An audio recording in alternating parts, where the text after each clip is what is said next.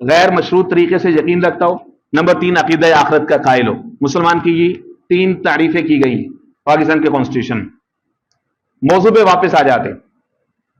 جناب عیسیٰ علیہ السلام آئیں گے تو ان کا ایک مقصد امت کی قیادت کرنا ہے، ان کا ایک مقصد جہاد کی کمپینز کی قیادت کرنا ہے، ان کا ایک مقصد اسلام کی تبلیغ اور دعوت کا جھنڈا لے کر کے چلنا ہے، ان کا ایک مقصد شادی کرنا بھی ہے. حضرت صلی اللہ علیہ وسلم نے فرمایا وہ آئیں گے یتزوجوا، ان کی شادی ہوگی، ویولدوا، ان کے بچے بھی ہوں گے، ویدفنوا معیہ، ویدفنوا معیہ، اور میرے روضہ انور میں میرے ساتھ ان کو دفن بھی کیا جائے گا. جن کو اللہ رب العزت نے توفیق دی ہے، اب تو خیر اندر جانے کی اجازت نہیں ہے سوائے رؤساء کو، تو جن لوگوں کو کبھی موقع ملے تو وہاں پر جگہ خالی ہے. یہ مسلمانوں کا عقیدہ ہے کہ جناب عیسیٰ علیہ السلام کے لیے حضور نے فرمایا موسیٰ اخی، عیسیٰ اخی، میرے بھائی ہیں وہ، تو ان کے لیے جگہ وہاں پر موجود ہے. حضور نے فرمایا پہلے بشارت دی وَيُدْفَنُ مَعِيَّ، جناب عیسیٰ آئیں گے طبی عمر کے بعد وہ میرے ساتھ کیا ہوں گے؟ دفن ہوں گے. تو شادی سے کوئی بھی خالی نہیں ہے. تو اس لیے رشتہ نکاح یہ نہایت شاندار ہے. قرآن مجید نے بڑی بڑی چیزوں کو اپنی نشانیاں کہا ہے. آپ حضرات یقیناً موقع بہ موقع قرآن مجید پڑھتے ہوں گے تو قرآن مجید بار بار کچھ چیزوں کو نشانیاں کہتا ہے. مثال کے طور پر قرآن مجید کہتے ہیں ان فی خلق السماوات والارض، لوگوں زمین و آسمان کی تخلیق نشانی ہے. انسان کہتا ہے ٹھیک ہے. اللہ فرماتے ہیں اچھا جو دن اور رات کا آنا جانا ہے یہ میری نشانی ہے، سورہ یاسین کہہ رہی ہے. آپ کہتے ہیں ہاں یہ بھی ٹھیک ہے، سورہ قصص بھی کہہ رہی ہے. عقل مانتی ہے کہ یار بہت بڑی نشانی ہے. اللہ کتنا بڑا ہوگا جب یہ اتنا بڑا revolution every single day happens early in the morning. اللہ فرماتے ہیں نسلخ، ہم کھال اتارتے ہیں، رات کی کھال اتارتے ہیں اور اس میں سے دن نکالتے ہیں. اس صلاحی عجیب استعمال فرمائی. اتنی بڑی بڑی نشانی. اللہ فرماتے ہیں وتصریف الرياح، ہوائیں چلاتے ہیں، بادلوں کو گھماتے ہیں. ایک ایک بادل کے اندر پتہ نہیں کتنا ملین آف ٹنس ان کے اندر واٹر ہوتا ہے، اور کتنی بڑی بڑی فورسز ہیں، کتنے بڑے پاورفل اینجلز ہیں جو ان کو گھسیٹتے ہیں اور ایک جگہ سے دوسری جگہ وہ ٹریول کرتے ہیں، اور کتنی فاسٹ ان کی ٹریولنگ ہوتی ہے، اور کہاں پر جا کر کے انہوں نے لوز ہونا ہے اور انہوں نے برسنا ہے، کس جگہ پہ جا کے. اللہ کی ذات کتنی بڑی ذات ہے. انسان کی عقل مانتی ہے یار واقعتا نشانی تو ہے. اچھا انٹرسٹنگلی جب آپ سورہ روم پڑھتے ہیں، سورہ نمبر 30 قرآن مجید کی پارہ نمبر 21 میں اس کا 3rd سیکشن ہے. تیسرے رکوع کو آپ پڑھیے گا آج جا کے، آپ کو بڑا مزہ آئے گا، لطف آ جائے گا آپ کو. دنیا کی آپ نے بڑی کتابیں پڑھی ہوں. سورہ روم کا 3را رکوع پڑھیے گا نمبر 22 یا 21 سے 22 سے. اس میں رب العزت نے ایک سیکوینس میں کچھ چیزوں کو اپنی نشانیاں کہا ہے. 4 سے 5 چیزوں کو اپنی نشانیاں کہا ہے.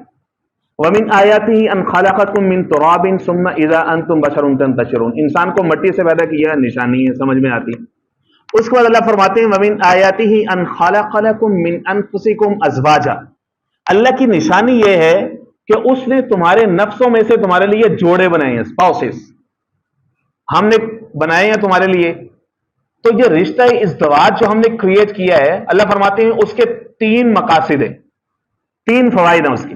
لِتَسْكُنُوا إِلَيْهَا، نمبر 1 یہ تمہاری سیٹسفیکشن کا ذریعہ ہے، سکون ہے اس کے اندر، mentally, psychological, physical, sexual, every type of satisfaction that you are need, جو بھی آپ کو چاہیے ہر طرح کی سیٹسفیکشن اس میں اللہ فرماتے ہیں ہم نے رکھی ہے. لِتَسْكُنُوا إِلَيْهَا، ایک سکون. پھر فرمایا وَجَعَلَ بَيْنَكُم مَّوَدَّةً وَرَحْمَةً، ہم نے اس کو مودت بنایا ہے. مودت کہتے ہیں گہری محبت کو جو میاں بیوی کے درمیان قائم ہوتی ہے رشتہ نکاح کے ذریعے سے. رب العزت سب جوڑوں میں محبتیں پیدا فرمائے، محبت کے ساتھ رہنے کی توفیق عطا فرمائے، ایسے اسباب پیدا فرمائے کہ سب جوڑے محبت کے ساتھ رہیں، سب گھروں میں امن اور سکون آئے. فرمائے مودہ. پھر تیسری چیز فرمائے رحمہ. مودہ فزیکل سیٹسفیکشن، رحمت ایموشنل سیٹسفیکشن، اور سکون ہر طرح کی سیٹسفیکشن. اللہ فرماتے ہیں یہ تینوں طرح کی چیزیں ہم نے رشتہ نکاح کے ساتھ جوڑ دی ہیں. اور اس رشتہ نکاح کو رب العزت نے کہا یہ میری نشانی ہے. اچھا اور بھی کئی سارے رشتے ہیں، ماں باپ اور اولاد کا بھی رشتہ بھی ہے، بہن بھائیوں کے آپس کے رشتے بھی ہیں، اور بھی lot of types of relation, کئی سارے طرح کے رشتے ہیں. لیکن اللہ نے ان رشتوں کی اہمیت تو بیان فرمائی ہے، حقوق بھی بیان فرمائے ہیں، لیکن ان کو آیت نہیں کہا. آیت بہت بڑا لفظ ہے. نشانی، نشانی اللہ نے کس کو کہا؟ رشتہ نکاح کو کہا، جو میں نے ابھی آپ کے سامنے سورہ روم کی آیت رکھی ہے، آیت نمبر 24 ہے، شاید 23 یا 24 ہے. اللہ نے اس کے اندر رشتہ ازدواج کو، رشتہ نکاح کو ایک دوسرے کی نشانی کہا ہے. اس سے ہمیں اندازہ ہو سکتا ہے کہ نکاح کتنا امپورٹنٹ ہے، اس کے اوپر بات کرنا کتنا ضروری ہے۔ اب ہم سمجھے کہ نکاح کا معنی کیا ہوتا ہے، نکاح کہتے کس کو ہے؟ نکاح کہتے ہیں، لغت والوں نے بھی کمال ہی کر دی ہے، ہر زبان کے اہل لغہ ہوتے ہیں۔ نکاح کہتے ہیں کہ بارش، ہلکی ہلکی بارش برستی ہے زمین کے اوپر، وہ بارش آتی ہے نا تو وہ زمین میں جذب ہوتی ہے، اس ہلکی ہلکی بارش کا زمین میں جذب ہو جانے کو عربی کہتی ہے کہ یہ نکاح ہو گیا، دونوں دو چیزیں یکجان ہو گئی ہیں، مل گئی ہیں، جڑ گئی ہیں، اب دونوں کو جدا نہیں کر سکتے۔ کوئی کہے یار یہ بارش ہے، بندہ کہے گا نہیں یار یہ مٹی ہے، کوئی کہے یار یہ مٹی ہے، وہ کہے گا یار یہ پانی ہے، دو چیزوں کا تعارف ہی ایک دوسرے کے ساتھ جڑا ہوا ہے، یہ ہے نکاح فی اللغہ۔ اور ایک صورت اہل لغہ نے یہ بتائی ہے کہ نکاح کا مطلب یہ ہوتا ہے کہ سب پتے، سب شاخیں درخت کی مل کر کے چھاؤں بنا دیں، جس طرح میاں بیوی ملتے ہیں تو وہ مل کر کے اپنے گھر کے لیے چھاؤں بن جاتے، تو وہ چھاؤں جب تک رہتی ہے وہ گھر کیا رہتا ہے؟ سلامت رہتا ہے۔ وہ جب چھاؤں ٹوٹ جاتی ہے وہ گھر بھی سدا نہ باغی بلبل بولے تو سدا نہ باغے بہاراں، سدا نہ ماپے حسن جوانی تو سدا نہ صحبت یاراں۔ تو وہ چھاؤں جب تک قائم رہتی ہے تو وہ گویا کہ ایک نکاح کی ایک فائدہ ہے بہت بڑا، وہ ایک چھایا ان کے اوپر بنی رہتی ہے۔ نکاح کی ایک صورت یہ ہوتی ہے، نکاح کا لغوی معنی ایک یہ ہے کہ مرد کا عورت پر اعتماد کا قائم ہونا۔ ظاہر ہے کہ نکاح تبھی تک جاری رہتا ہے یا گھر کا ایک حسن تب تک رہتا ہے جب دونوں کا باہمی کیا ہوتا ہے؟ اعتماد ہوتا ہے۔ It's all about confidence, trust in each other, ہر ایک کے اوپر، ایک دوسرے کے اوپر اعتماد کرنا، گھر چلتا ہی تب ہے۔ قرآن مجید نے اس کو تعبیر دی ہے ہن لباس لکم وانتم لباس لہن، سورۃ البقرہ کے نمبر 187 کہتی ہے وہ تمہارے لیے لباس ہے، تم ان کو لیے لباس ہو۔ لباس کیا ہے؟ جس طرح لباس سردی گرمی سے حفاظت کرتا ہے، اب یہ ایک دوسرے کے کردار کی، ایک دوسرے کی جسمانی ضروریات کی، ایک دوسرے کی ایموشنل نیڈز کے لیے دونوں ایک دوسرے کے لیے ایک پروٹیکشن ہے۔ لباس شیلڈ دیتا ہے نا، جسم کو گرمی سردی سے بچاتا ہے۔ تو اب میاں بیوی ایک دوسرے کا لباس ہوتے ہیں، اب اس لباس کو کیا چیز پھاڑتی ہے؟ غیبت، ناشکری، بے صبری، شکوے، شکایتیں۔ عورتوں میں بیٹھ کے اپنے خامند کے گلے شروع کر دے، مردوں میں بیٹھ کے اپنی عورت کی برائیاں شروع کر دے۔ تو اب گویا کہ قرآن مجید کی جو تعبیر ہے لباس، وہ اس کے اوپر اٹیک ہو رہے ہیں، اس کے اوپر حملہ ہو رہا ہے۔ قرآن مجید نے اس شیشے کو کس کا نام دیا ہے؟ لباس کا نام دیا۔ نکاح کا ایک معنی اہل لغت نے لکھا ہے نیند کا آنکھوں میں چھا جانا، نیند آنکھوں میں داخل ہوتی ہے، سب غیر مرئی عمل ہوتا ہے، سکون، جس کو قرآن مجید نے کہا لتسکنوا الیہا، کہ یہ رشتہ ازدواج، نکاح، یہ سکون کا نام ہے، اتنا خوبصورت رشتہ ہے۔ نکاح کے اندر 6 چیزیں ہوتی ہیں، توجہ سے میری بات سنیے گا، 6 چیزیں ہوتی ہیں، 7ویں چیز کوئی نہیں ہے، 6 چیزیں ہوتی ہیں۔ 2 ہیں فرض نکاح کے اندر، 2 فرض ہے۔ ایک فرض ہے ایجاب و قبول، آفر اینڈ ایکسیپٹنس۔ جو بھی نکاح خواہ ہیں وہ لڑکی کے وکیل سے پوچھ لیتے ہیں کہ بھئی آپ کی بیٹی کا فلاں ابن فلاں کے ساتھ یہ حق مہر ہے، نکاح کیا جا رہا ہے، قبول ہے، اجازت ہے آپ کی طرف سے؟ وہ کہتا ہے اجازت ہے۔ اب لڑکے سے پوچھ لیتے ہیں کہ بھئی فلاں بنت فلاں کا آپ کے ساتھ نکاح کیا جا رہا ہے، اتنا حق مہر ہے، آپ کو قبول ہے؟ وہ کہتا ہے قبول ہے۔ آفر اینڈ ایکسیپٹنس پہلا فرض ہے۔ دوسرا فرض ہے گواہوں کی موجودگی، کم از کم 2، مجمع عام ہو لیکن چونکہ ڈاکومنٹیشن ریکوائرمنٹ ہے تو کم از کم 2 گواہ جو ہیں نا وہ ہوں۔ مسلمانوں کے ہاں، مسلمانوں کے مجمع کے ہاں 2 گواہ کم از کم، کریڈیبل، عاقل، بالغ مسلمان نکاحوں کا گواہوں کا ہونا کیا ہے؟ ضروری ہے۔ نکاح اور زنا میں یہی فرق ہے، نکاح جو ہے وہ علانیہ ہوتا ہے، سب کے سامنے ہوتا ہے، جو زنا ہوتا ہے وہ خفیہ ہوتا ہے، وہ چھپ چھپا کے ہوتا ہے۔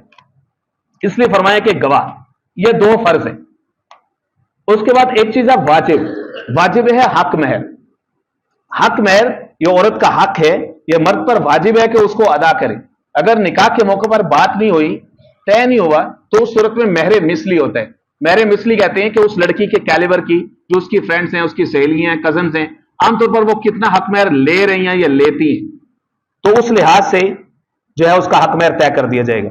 کتنا ضروری ہے؟ اتنا ضروری ہے کہ اگر حق مہر عورت کو نہیں دیا اور مرد کا انتقال ہو گیا تو اس کے مال میں سے قرآن مجید کہتا ہے من بعد وصیت یوصی بہا او دین، قرضہ بھی یہ سب سے پہلے ہے، وصیت، وراثت، وہ ساری چیزیں بعد میں، ماں باپ کا حق ساری چیزیں بعد میں، وراثت بعد میں، سب سے پہلے عورت کا حق مہر اس میں سے نکال کے دیا جائے، اتنا ضروری ہے۔ قرآن مجید کہتا ہے قد علمنا ما فرضنا، ہم جانتے ہیں کہ ہم نے کیا فرض کیا. حدیث پاک کہتی ہے وہ فرض کیا کیا. حضور پاک علیہ السلام نے فرمایا لا مہر لاقل من 10 دراہم، کم از کم 10 دراہم حق مہر ہے. حضور پاک علیہ السلام کے زمانے کا جو درہم تھا وہ ذرا وزنی ہوتا تھا. اس لحاظ سے آج کے پاکستانی روپیز میں اگر اس کو کیلکولیٹ کریں تو وہ تقریباً 5000 یا اس سے کچھ کم بنتا ہے. اس لیے فقہاء نے علماء نے یہ فیصلہ کیا کہ بھائی اس سے کم میں حق مہر نہ رکھیں، آپ اس سے تو زیادہ ہی رکھیں، 10,000 کر لیں احتیاطاً، اس سے جو ہے وہ کم نہ رکھیں. اور تیسری بات یہ ہے کہ حق مہر لوگ معاف کروا لیتے، جی صحیح ایسا معاف کرا لے. بھائی معافی ایسے نہیں ہوتی، منہ زبانی معافی کی کوئی حیثیت نہیں ہے. جائیں اس کے حوالے کریں، بھائی سیاہ و سفید کی تو مالک ہے، جس کو مرضی دے، اس کے بعد وہ آپ کو دے دے، یہ ہے معافی. وہ جس طرح ڈرامے بازی ہم وراثت کے معاملے میں نہیں کرتے، بہنوں بیٹیوں کو بڑے سٹائل کے ساتھ ہم وراثت سے محروم کرتے ہیں. گھر کا کوئی بڑا بیٹھے گا، مرد ہو یا عورت، شرعی مسئلہ بتا رہے ہیں، مجھے کوئی حرج نہیں ہے، کوئی چاہے ڈس رسپیکٹ فیل کرے. مائی بابا بیٹھتے ہیں، سب بہنوں کو بلاتے ہیں، بیٹیوں کو بلاتے ہیں، اور بھائی جان مونچھوں کو تاؤ دے کے بیٹھے ہوئے صوفے پہ. تو کی لینا پائیاں کو تسی کی لینا ہے، تسی چنگی بلی ہے سیٹل جے، تھانوں ماشاءاللہ تھوڑے خامن کو سارا کچھ ہے، کی لینا ہے. اچھا یہ ہے دیہاتی سٹائل، ذرا ذمہ دارانہ سٹائل. جو شہری ہیں وہ کہتے ہیں کہ آپ کی ایجوکیشن پہ ابو نے اتنے زیادہ پیسے لگا دیے تھے، اب آپ کے کس چیز کے ہیں؟ آپ کی شادی پہ ہم نے اتنا سارا وہ دے دیا تھا، اب کس چیز کے پیسے ہیں؟ وہ ذرا بزنس مائنڈڈ، وہ اس انداز میں بہنوں کو محروم کرتے ہیں. خدا را توبہ کریں، ہم اس سے باز آ جائیں. میری آواز جس چیز تک بہن بھائیوں تک پہنچ رہی ہے، ماؤں باپوں تک پہنچ رہی ہے، خدا را اپنی بچیوں کو، اپنی بہنوں بیٹیوں کو وراثت سے محروم نہ کریں. معاشرے کے اندر انارکی کی ایک یہ وجہ بھی ہے، کئی ساری محروم بہنوں بیٹیوں کی بد دعائیں ہیں. اچھا اس عورت میں اس وراثت سے محرومی کے اندر سب سے بھیانک کردار ایک عورت ہی کا ہوتا ہے، وہ مائی کا ہوتا ہے. ماں کہتی میرے بیٹوں کو وراثت مل جائے، کسی اور دے گھر کیوں جاوے، میری بیٹیوں کے ذریعے سے. ماں خود، عورت خود عورتوں کو وراثت سے محروم کرنے کا سبب بنتی. خیر یہ میرا موضوع نہیں ہے. یہی کچھ ہم حق مہر میں کرتے ہیں، پہلے دیں، اس کے بعد وہ معاف کرے تو اس کی مرضی. منہ زبانی معافی والا کوئی چکر شریعت دے وچ نہیں ہے. بھائی وہ مجبور ہے، اس نے پھر یہی کہنا ہے کہ چلے ٹھیک ہے معاف کیا آپ کو، منہ زبانی معافی والا کوئی چکر نہیں. اچھا یہ واجب ہے. 3 چیزیں ہیں سنت. ایک ہے خطبہ نکاح، وہ کھڑے ہو کے پڑھے گا جو بھی نکاح خواہ ہیں. دوسری چیز ہے ولیمہ. ولیمہ فرمایا وہ سنت ہے، فرض یا واجب نہیں ہے. وہ لڑکے کی اپنی اس کے مطابق اس کی کیپیسٹی جتنی ہے اس کے مطابق کرے، اور وہ ہے شب زفاف کے بعد، لڑکی کی رخصتی کے بعد. یہ جو نکاح کے فوراً بعد کے ولیمے کا جو ہم نے رواج ڈالا ہوا ہے نا، ہم کیا کرتے ہیں عام طور پر، ابھی پچھلے 1 سال کے اگر میں آپ کو ڈیٹا بتاؤں، اپنا ذاتی ایکسپیرینس بتاؤں، جتنے میں نے نکاح پڑھائے، اکثر و بیشتر میں رخصتی نہیں تھی. اکثر و بیشتر میں رخصتی نہیں ہوتی.